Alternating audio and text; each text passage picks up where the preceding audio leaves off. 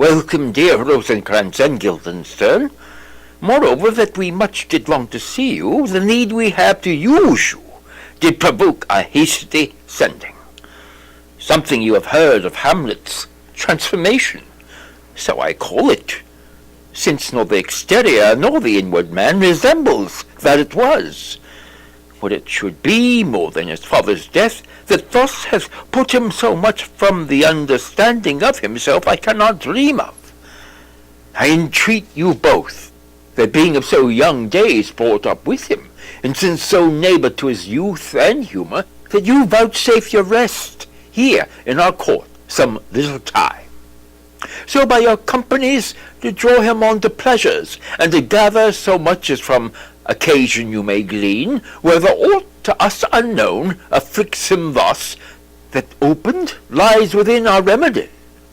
Good gentlemen, he hath much talked of you, and sure I am two men that are not living to whom he more adheres. If it will please you to show us so much gentry and goodwill as to expend your time with us a while, for the supply and profit of our hope, your visitation shall receive such thanks as fits a king's remembrance. Both your majesties might, by the sovereign power you have of us, put your dread pleasures more in the command than to entreaty. We both obey, and here give up ourselves to the full bent, to lay our service freely at your feet, to be commanded. Thanks, Rosencrantz and gentle Guildenstern. Thanks, Guildenstern and gentle Rosencrantz, and I beseech you instantly to visit my too much changed son. Go, some of you, and bring these gentlemen where Hamlet is. Heavens make our presence and our practices pleasant and helpful to him. Aye, amen. The ambassadors from Norway, my good lord, are joyfully returned. Thou so hast been the father of good news. Have I, my lord? Assure you, my good liege, I hold my duty as I hold my soul, both to my God and to my gracious king. And I do think, or else this brain of mine hunts not the trail of policy so sure as it hath used to do, that I have found the very cause of Hamlet's lunacy. Oh, speak of that. That do I long to hear.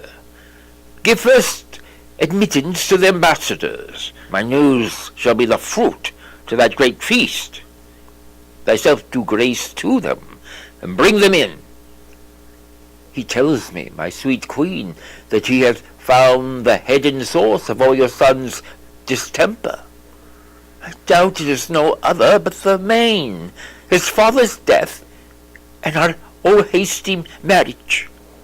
Well, we shall sift him. Welcome, my good friends. Say, Voltimand, what from our brother Norway?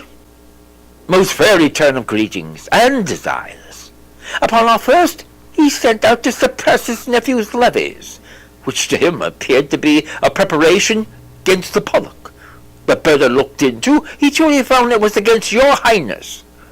Whereat grieved, that so his sickness, age, and impotence was falsely borne in hand, sent out arrests on Fortinbras, which he in brief obeys, receives rebuke from Norway, and in fine makes vow before his uncle nevermore to give the assay of arms against your majesty. Well, old Norway, overcome with joy, gives him 3,000 in annual fee, and is commissioned to employ those soldiers so levied as before against the Pollock, with an entreaty herein further shown, that it might please you to give quiet pass through your dominions for this enterprise, on such a guards of safety and allowance as therein are set down. It likes us well, and at our more considered time we'll read, answer, and think upon our business. Meantime we thank you for your well-took labour. Go to your rest. At night we'll feast together. Most welcome home. This business is well ended, my liege and madam. To expostulate what majesty should be, what duty is, why day is day, night night, and time is time, were nothing but to waste night, day, and time. Therefore, since brevity is the soul of wit, and tediousness the limbs and outward flourishes, I will be brief. Your noble son is mad, mad call I it. For to define true madness, what is it but to be nothing else but mad? But let that go. More matter with less art. Madam, I swear I use no art at all. That he is mad, 'tis true. 'Tis true. 'Tis pity. And pity 'tis true. A foolish figure. But farewell it, for I will use no art. Mad does its quantum then. And now remains that we find out the cause of this effect, or rather say the cause of this defect. For this effective defective comes by cause. Thus it remains, and the remainder thus. Papa, I have a daughter, have what she is mine, who in her duty and obedience, mark, has given me this. Now gather and surmise.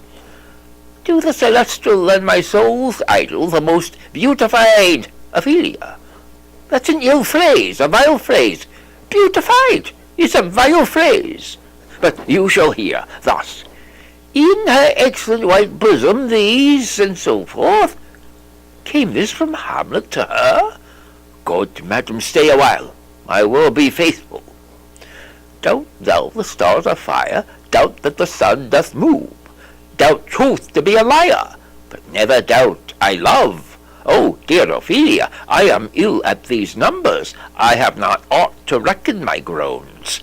But that I love thee best, oh, most best, believe it, adieu, thy nevermore, most dear lady, whilst this machine is to him, Hamlet. This, in obedience, hath my daughter showed me.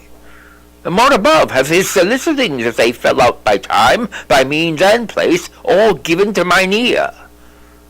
But how hath she received his love? What do you think of me? As of a man faithful and honourable. I would fain prove so. But what might you think, when I had seen this hot love on the wing, as I perceived it? I must tell you that, before my daughter told me, what might you, or my dear majesty your queen here think, if I had played the desk or table book, or given my heart a winking, mute and dumb, or looked upon this love with idle sight? What might you think? I went round to work, and my young mistress thus I did bespeak.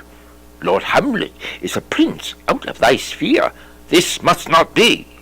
And then my precepts gave her, that she should lock herself from his resort, admit no messengers, receive no tokens.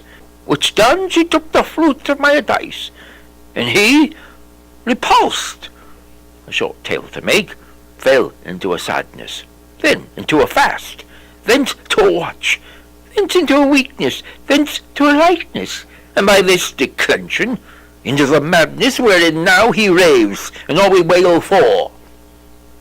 Do you think 'tis this? It may be very likely. Had there been such a time, I'd fain know that I have positively said 'tis so, when it proves otherwise. Not that I know. Take this from this. If this be otherwise, if circumstances lead me, I will find where truth is hid, though it were hid indeed within the centre. How may we try further? You know sometimes he walks for hours together, here in the lobby. So he does indeed. At such time I'll loose my daughter to him. Be you and I behind an arras then. Mark the encounter. If he love or not, and be not from his reason fallen thereon, let me be no assistant for a state, but keep a farm and quarters. We will try it. But look, where sadly the poor wretch comes reading. Away, I do beseech you, both away. I'll board him presently. Oh, give me leave. How does my good Lord Hamlet? Well, God a mercy. Do you know me, my lord? Excellent, excellent, well. You're a fishmonger. Not I, my lord. Then I would you were so honest a man. Honest, my lord? Aye, sir, to be honest, as this world goes, is to be one man picked out of 10,000. That's very true, my lord. For if the sun breed maggots and a dead dog, being a god-kissing carrion, have you a daughter? I have, my lord. Let her not walk in the sun. Conception is a blessing, but not as your daughter may conceive. Friend, look to it. How say you by that? Still hopping on my daughter, yet he knew me not at first. He said I was a fishmonger. He is far gone, far gone. And truly in my youth I suffered much extremity for love, very near this. I'll speak to him again. What do you read, my lord? Words, words, words. What is the matter, my lord? Between who? I mean the matter that you read, my lord. Slanders, sir. For the satirical slave says here that old men have grey beards, that their faces are wrinkled, their eyes pouting thick amber and plum-tree gum, and that they have a plentiful lack of wit, together with most weak hams. All which, sir, though I most powerfully and potently believe, yet I hold it not honesty to have it thus set down. For you yourself, sir, should be old as I am, if like a crab you could go backward. Though this be madness, yet there is method in it. Will you walk out of the air, my lord? Into my grave? Indeed, that is out of the air. How pregnant sometimes his replies are. A happiness that often madness hits on, which reason and sanity could not so prosperously be delivered of. I will leave him, and suddenly contrive the means of meeting between him and my daughter. My honourable lord, I will most humbly take my leave of you. You cannot, sir, take from me anything that I will more willingly part with all, except my life, except my life, except my life. Fare you well, my lord. These tedious old fools. You go seek the Lord Hamlet. There he is. God save you, sir, mine honoured lord, my most dear lord, my excellent good friends. How dost thou, Guildenstern, of Rosencrantz? Good lads, how are you both, as the indifferent children of the earth? Happy in that we are not over-happy. On fortune's cap we are not the very button, nor the soles of a shoe. Neither, my lord. Then you live about her waist, or in the middle of her favours. Her faith, her private sway, in the secret parts of fortune. Oh, most true, she is a strumpet. What's the news? None, my lord, but that the world's grown honest. Then is doomsday near, but your news is not true. Let me question more in particular. What have you, my good friends, deserved at the hands of fortune, that she sends you to prison hither? Prison, my lord? Denmark's a prison. Then is the world one, a goodly one, in which there are many confines, wards, and dungeons, Denmark being one of the worst. We think not so, my lord. Why then 'tis none to you. Well, there is nothing either good or bad, but thinking makes it so. To me it is a prison. Why, then your ambition makes it one. 'Tis too narrow for your mind. Oh God, I could be bounded in a nutshell, and count myself a king of infinite space, were it not that I have bad dreams, which dreams indeed are ambition, for the very substance of the ambitious is merely the shadow of a dream. A dream itself is but a shadow, truly, and I hold ambition of so airy and light a quality that it is but a shadow's shadow. Then are our beggars bodies, and our monarchs and outstretched heroes the beggars' shadows. Shall we to the court? For by my fay I cannot reason. Will wait upon you. No such matter. I will not sort you with the rest of my servants. But to speak to you like an honest man, I am most dreadfully attended. But in the beaten way of friendship, what make you at Elsinore? To visit you, my lord, no other occasion. Beggar that I am even poor in thanks. But I thank you. And sure, dear friends, my thanks are too dear a halfpenny. Were you not sent for? Is it your own inclining? Is it a free visitation? Come, deal justly with me. Come, nay, speak. What should we say, my lord? Why, anything, but to the purpose. You were sent for, and there is a kind of confession in your looks, which your modesties have not craft enough to colour. I know the good king and queen have sent for you. To what end, my lord? That you must teach me. But let me conjure you, by the rights of our fellowship, by the consonancy of our youth, by the obligation of our ever-preserved love, and by what more dear a better proposer could charge you withal, be even and direct with me, whether you were sent for or no. What say you? Nay, then, I have an eye of you. If you love me, hold not up. My lord, we were sent for. I will tell you why. So shall my anticipation prevent your discovery, and your secrecy to the king and queen moult no feather.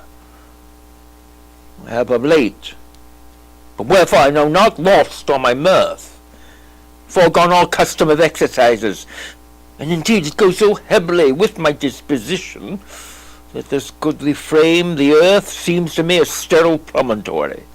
This most excellent canopy, the air, look you, this brave overhanging firmament, this majestical roof fretted with golden fire, why, it appears no other thing to me than a foul and pestilent congregation of vapours.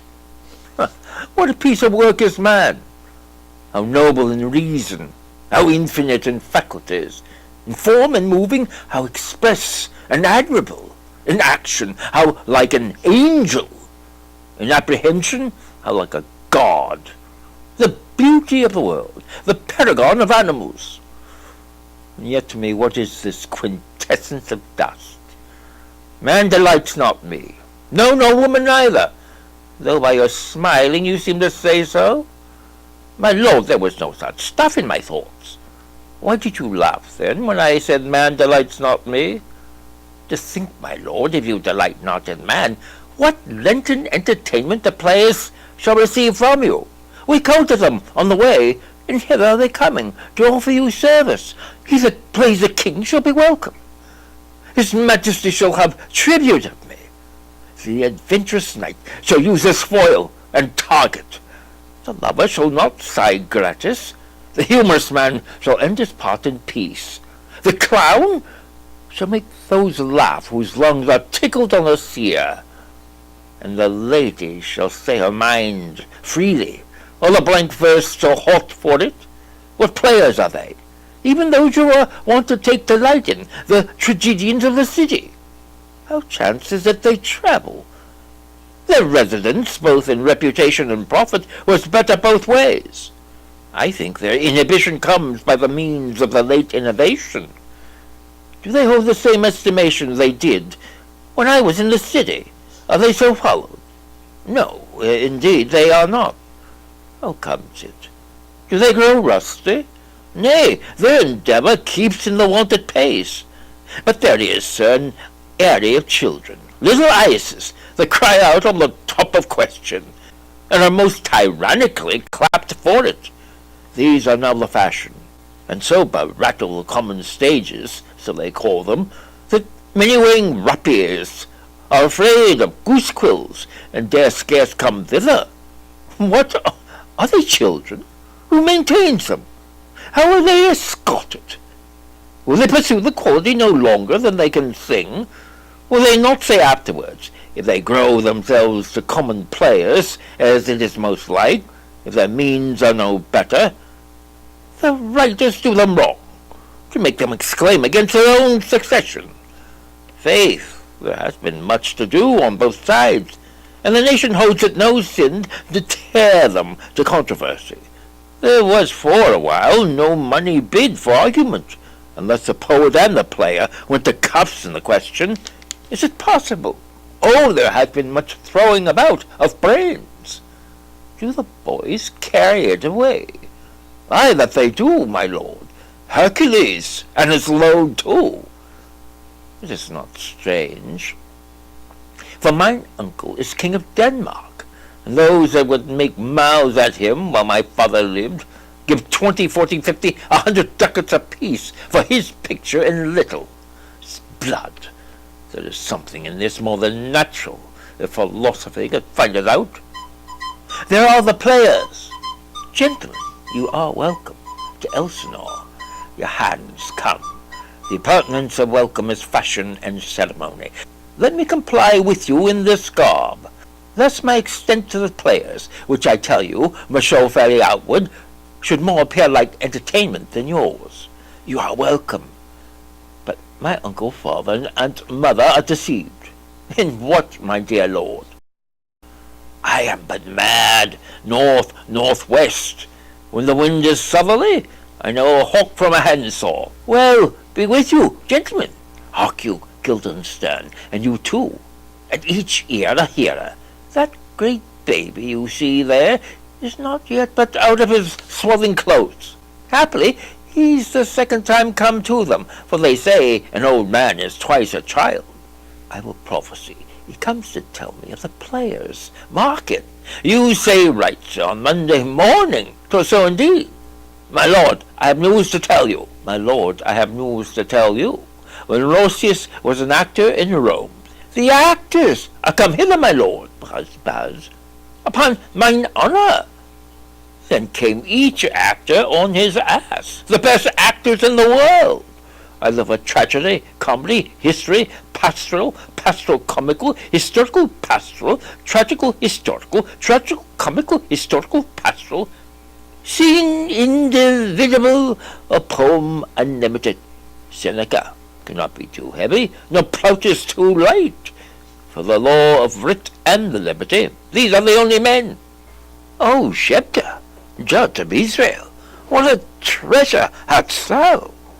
What a treasure had he, my lord? Why, one fair daughter, and no more, the which he loved passing well. Still on my daughter? Am I not in the right, O Jephthah? If you call me Jephthah, my lord, I have a daughter that I love passing well. Nay, that follows not. What follows then, my lord? Why, as by lot God wot. And then, you know, it came to pass, as most like it was, the first row of the pious chanson will show you more. But look when my abridgment comes. You are welcome, masters, welcome all. I'm glad to see thee well. Welcome, good friends.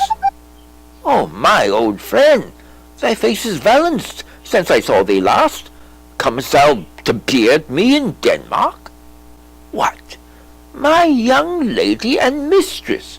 By lady, your ladyship is nearer heaven than when I saw you last, by the altitude of a Chopin.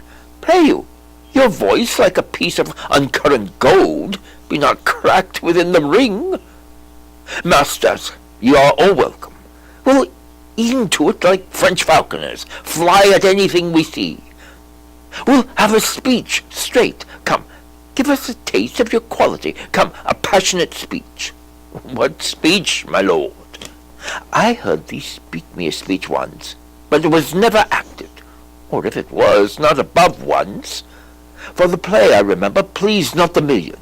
'Twas caviar to the general. But it was as I received it, and others whose judgments in such matters cried in the top of mine, an excellent play, well digested in the scenes, set down with as much modesty as cunning. I remember one said there was no salads in the lines to make the matters savoury, no matter in the phrase that might indict the author of affectation, but called it an honest method, as wholesome as sweet, and by very much more handsome than fine. One speech in it I chiefly loved. 'Twas Aeneas's tale to Dido, and thereabout of it especially where he speaks of Priam's slaughter. If it live in your memory, begin at this line. Let me see. Let me see. The rugged Pieris, like the Achaean bees. It is not so. It begins with Pieris. The rugged Pieris. He whose sable arms, black as his purpose, did the knight resemble when he lay couched in the ominous horse? Hath now this dread and black complexion smeared with heraldry more dismal, head to foot, now he is total gauze, horribly tricked with blood of fathers, mothers, daughters, sons, baked and impasted with the parching streets that lend a tardiness and damned light to their vile murders, roasted in wrath and fire, and thus all sides with coagulate gore, with eyes like carbuncles, the hellish Paris old grandsire Priam seeks. So proceed you, for God, my lord, well spoken, and with good accent and good discretion. Anon he finds him striking too short at creaks. His antique sword, rebellious to his arm, lies where it falls, repugnant to command. Unequal matched, Paris at Priam drives, and rage strikes wide. But with the whiff and wind of his fell sword, the unnerved father falls. Then senseless Ilium, seeming to feel this blow, with flaming top stoops to his base, and with a hideous crash takes prisoner Paris's ear. For lo, his sword, which was declining on the milky head of Reverend Priam, seemed in the air to stick. So as a painted tyrant, Paris stood, and like a neutral to his will and matter, did nothing. But as we often see against some storm, a silence in the heavens, the rack stands still, the bold winds speechless, and the orb below as hush as death, anon the dreadful thunder doth rend the region. So after Paris's pause, aroused vengeance sets him new work, and never did the Cyclops' hammers fall on Mars' armor, forge for proof return with less remorse than Paris's bleeding sword now falls on Priam. Out, out, thou strumpet fortune, or you gods and general synod, take away her power, break all the spokes and fellies from her wheel, and bow the round nave down the hill of heaven as low as to the fiend. This is too long. It shall to the barbers. Pray you, prithee say on. He's for a jig or a tale of baldry, or he sleeps. Say on, come to Hecuba. Who had seen the moblet queen? The moblet queen? That's good. Moblet queen is good. Run barefoot up and down, threatening the flames with bliss in the room. A clout upon that head where late the diadem stood, and for a robe about her lank and all-teamed loins a blanket. In the alarm of fear, who this had seen, with tongue in venom steeped, 'gainst fortune's state would treason have pronounced. But if the gods themselves did see her then, when she saw Perseus make malicious sport, in mincing with his sword her husband's limbs, the instant burst of clamour that she made, unless things mortal move them not at all, would have made mute the burning eyes of heaven, and passion in the gods. Look whether he has not turned his colour, and has tears in his eyes. Pray you no more. 'Tis well. Have thee speak of the rest soon. Good my lord, will you see the players well bestowed? Do you hear?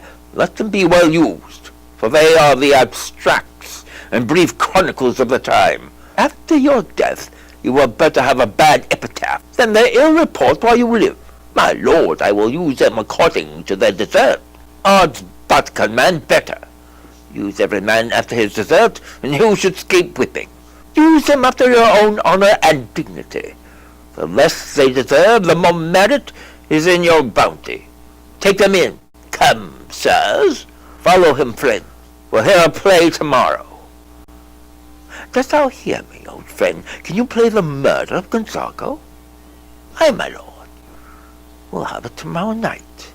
You could, for a need, study a speech of some 12 or 16 lines, which I would set down and insert in it. Could you not?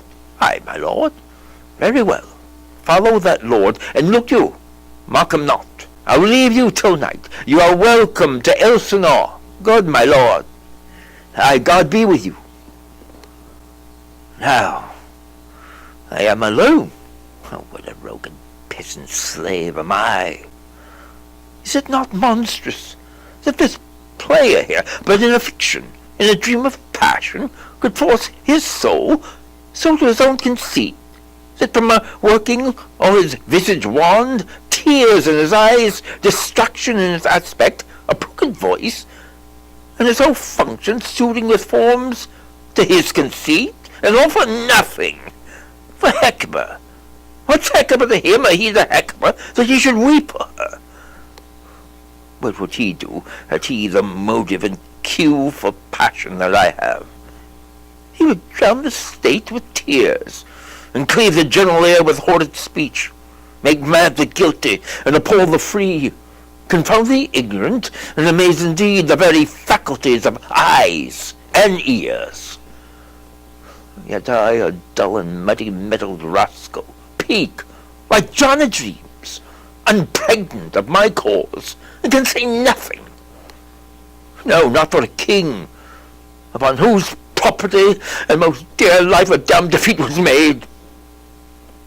Am I a coward, who calls me villain, breaks my pate across, plucks off my beard and blows it in my face, tweaks me by the nose, gives me the line of throat as deep as to the lungs? Who does me this, huh? Sounds I should take it. For it cannot be, but I am pigeon-livered, and lack gall to make oppression bitter. Or ere this, I should have fatted all the recent kites with the slave's offal. Bloody body villain, remorseless, treacherous, lecherous, kindless villain. Oh, vengeance! Why, what an ass am I! This is most brave, that I, the son of a dear father murdered, prompted to my revenge by heaven and hell, must like a whore unpack my heart with words, and fall cursing like a very drab, a scullion. Fie upon it, foe! About my brain. I have heard that guilty creatures, sitting at a play, have, by the very cunning of the scene, been struck so to the soul that presently they have proclaimed their malefactions. For murder, though it have no tongue, will speak with most miraculous organ. I'll have these players play something like the murder of my father before mine uncle. I'll observe his looks, I'll tend him to the quick. If he but blench, I know my course. The spirit that I have seen may be the devil, and the devil hath power to assume a pleasing shape. Yea, and perhaps out of my weakness and my melancholy, as he is very potent with such spirits, abuses me, to damn me. I'll have grounds more relative than this. The play's a thing wherein I'll catch the conscience of the king.